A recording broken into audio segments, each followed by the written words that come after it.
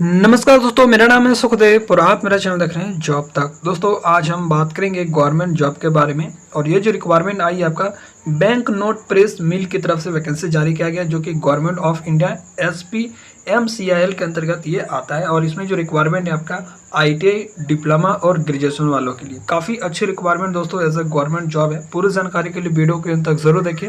Video को एक like करके अपने दोस्तों में शेयर करें, चैनल को सब्सक्राइब करके बेल आइकन को भी प्रेस करें। तो चलिए वीडियो को स्टार्ट करते हैं। तो जैसे दोस्तों आप यहाँ पर देख सकते हो, ये इसकी ऑफिशियल नोटिफिकेशन है। और ये रिक्वायरमेंट जो आई आपका बैंक नोट पेपर मिल इंडिया प्राइवेट लिमिटेड की तरफ से जो है ये रिक्वायरमेंट है।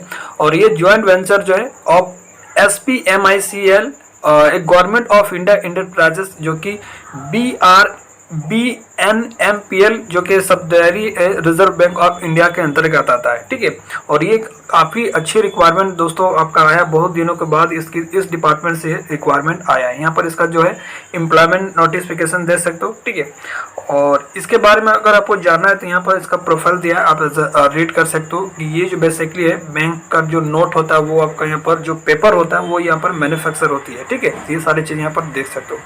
इसमें जो रिक्वायरमेंट है दोस्तों एज अ परमानेंट बेसिस है। और ये जो रिक्वायरमेंट आपको ऑनलाइन के माध्यम से फॉर्म को भरा जाएगा। मैं अभी आपको बताऊंगा किस किस स्टेट के लिए यहाँ पर वैकेंसीज रहने वाली है।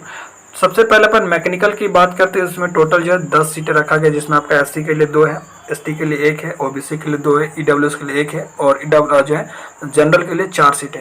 और इसके अंतर्गत कौन कौन से ITI के लिए ट्रेड रहने वाली है, सारे चीज़ें इस वीडियो में बात करने वाला हूँ। तो वीडियो को आपको एंड तक जरूर देखना है। इलेक्ट्रिकल के लिए इसमें टोटल 4 सीटें हैं और इलेक्ट्रॉनिक्स के लिए 5 सीटें हैं। केमिकल के लिए 6 सीटें हैं। प्लब एंड पेपर के लिए 6 सीटें हैं। सिविल के लिए 2 सीटें हैं और केमिस्ट्री के लिए 2 है। अकाउंट असिस्टेंट के लिए 2 सीटें हैं और ऑफिस असिस्टेंट के लिए 2 सीटें हैं। टोटल जो यहाँ पर जो है 39 सीटें, जिसमें SC के लिए 5 है, ST के लिए 3 है, OBC के लिए 7 है और EWS के लिए 3 वैकेंसीज है और जनरल के लिए यहाँ पर 21 वैकेंसीज रखा गया है। अब बात करते हैं यहाँ पर जिसके लास्ट डेट के लिए। तो यहाँ पर देखिए फॉर्म जो है वो आपका 5 तारीख से स्टार्ट हो गया है, यानी कि कल से इसका जो फॉर्म है वो ऑनलाइन स्टार्ट हो गया। 5 जून से इसका फॉर्म स्टार्ट हुआ है।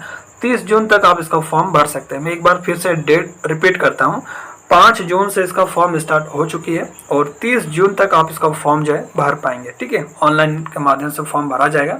ठीक है। अब बात करते हैं एलिजिबिलिटी क्राइटेरिया के बारे में, यानी जो भी पोस्ट आपने ऊपर देखे उस पोस्ट के लिए क्या क्वालिफिकेशन होना चाहिए और क्या क्या एक्सपीरियंस होना चाहिए। ठीक है। सबसे पहले अपन बात करते हैं प्रोसेस असिस्टेंट ग्रेड 1 के बारे में, जिसमें टेक्निकल के लिए और इसमें मैकेनिकल डिसिप्लिन रखा गया है। और टोटल इसमें 10 सीटें हैं। 18 से 28 साल तक आपका एज रखा गया है। 30 जून 2024 से एज की काउंटिंग करी जाएगी। ठीक है। क्वालिफिकेशन भी आपका 30 जून 2024 तक ये सारी क्वालिफिकेशन एक्सपीरियंस वगैरह कंप्लीट होना चाहिए आपके पास। इसमें मिनिमम क्वालिफिकेशन 10th के साथ आपके 2 साल का जो है कोर्स होना चाहिए ITI का। और ITI जो आपका ट्रेड आपका जो है NTC हो या जो है STC, यानी कि NCVT और SCVT दोनों कैंडिडेट इसमें अप्लाई कर सकते हैं। तो आपने अगर 10th के साथ 2 साल का ITI कोर्स करके रखे हैं, NCVT हो या SCVT अप्लाई कर सकते हैं। बट यहाँ पर देखिए ITI के लिए यहाँ पर जो है ट्रेड मेंशन किया गया है, वो ट्रेड्स आपका होना चाहिए मैकेनिकल फील्ड के लिए।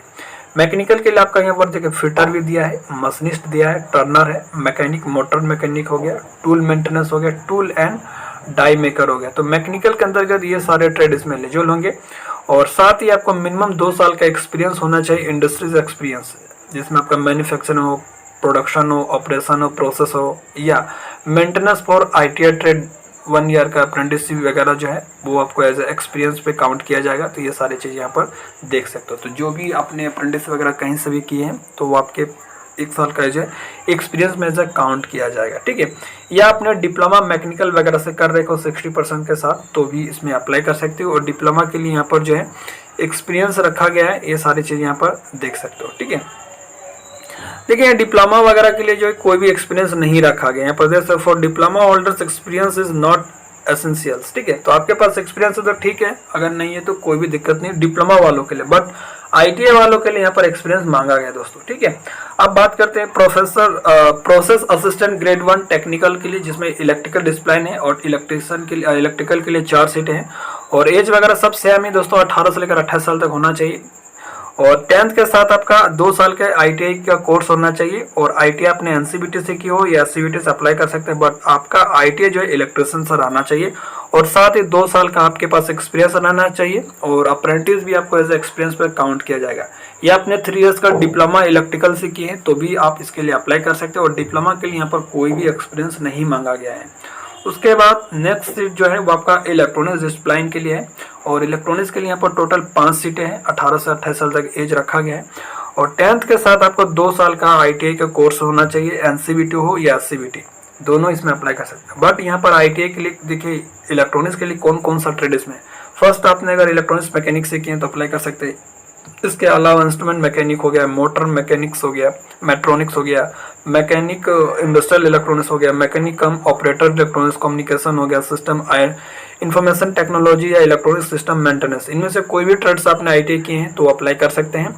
और सेम इसमें भी है, 2 साल का एक्सपीरियंस होना चाहिए इंडस्ट्री या मैन्युफैक्चरिंग वगैरह से, और 1 साल का अप्रेंटिस किए तो भी एक्सपीरियंस में काउंट किया जाएगा, और 2 साल का आपके पास एक्सपीरियंस भी जो डिप्लोमा कैंडिडेट है वो आपका electrical electronics and communication electronics instrumentation electronics, इनमें से कोई भी है तो आप इसके लिए अप्लाई कर सकते हैं, और डिप्लोमा के लिए यहाँ पर कोई भी एक्सपीरियंस नहीं रखा गया है। अब बात करते हैं केमिकल डिस्प्लाइन के लिए। तो केमिकल के लिए यहाँ पर टोटल 6 सीटें हैं, और 10th के साथ आपका 2 साल का ITI का कोर्स होना चाहिए, चाहे NCVT हो या SCVT।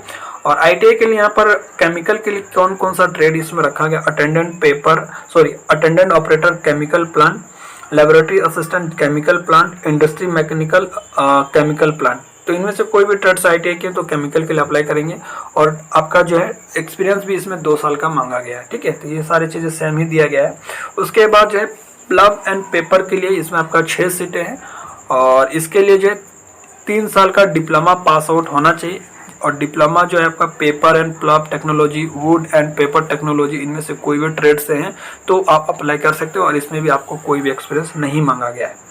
उसके बाद सिविल डिस्प्लाइन के लिए 2 सीटें हैं, और 10th के साथ आपका 2 साल का ITI का कोर्स होना चाहिए, जिसमें आपका ड्राफ्ट्समैन या सिविल ड्राफ्ट्समैन, या आपने मैकेनिकल से कर रखी हो सिविल वगैरह से कर रखे हो डिप्लोमा, तो भी इसके लिए अप्लाई कर सकते हैं। उसके बाद केमिस्ट्री के लिए यहाँ पर 2 सीटें हैं, और केमिस्ट्री के लिए क्वालिफिकेशन जो रखा गया दोस्तों BSc केमिस्ट्री से रहना चाहिए, और इसमें भी कोई भी एक्सपीरियंस आपसे नहीं मांगा गया है। उसके बाद process assistant grade 1 technical account assistant की 2 सीटें हैं, और इसके लिए आपको BCom होना चाहिए दोस्तों 60% के साथ, और इसमें भी कोई एक्सपीरियंस नहीं मांगा गया है। उसके बाद process assistant grade 1 technical office assistant की 2 सीटें हैं, और इसमें एनी ग्रेजुएट वाले कैंडिडेट जो अप्लाई कर सकते हैं, यानी कि आपने कोई भी स्ट्रीम से ग्रेजुएशन करे को, या साइंस हो या मैथमेटिक्स साइंस हो या कॉमर्स आर्ट्स, किसी से भी ग्रेजुएशन आपने कर रखे हो तो भी इसके लिए अप्लाई कर सकते हो, और कोई भी एक्सपीरियंस इसमें नहीं मांगा गया है। ठीक है, तो ये सारी चीज़ें यहाँ पर देख सकते हो दोस्तों। और यहाँ पर रिजर्वेशन और रिलैक्सेशन की बात करें तो जैसे यहाँ पर देख सकते हो, SC ST के लिए 5 साल का एज में रिलैक्सेशन मिलेगा, और OBC नॉन क्रीमी लेयर के लिए 3 साल का है, और PWD है तो आपको 10 साल का आपके एज का रिलैक्सेशन मिलेगा। बाकी एक्स सर्विसमैन वगैरह है तो आपको यहाँ पर जो 3 साल का एज का छूट मिलेगा, मैक्सिमम 55 साल तक आप अप्लाई कर सकते हो। ठीक है, ये सारी चीज़ें यहाँ पर देख सकते हो। परसेंटेज वगैरह जो है 5% कम बेसी होगा, कम होगा तो चलेगा SC ST कैंडिडेट्स के लिए। ठीक है, तो ये सारी चीज़ें यहाँ पर देख सकते हो, और भी बहुत सारी यहाँ पर इंस्ट्रक्शन दिया है, तो जो मेन चीज़ें मैं आपको बता देता हूँ। ठीक है,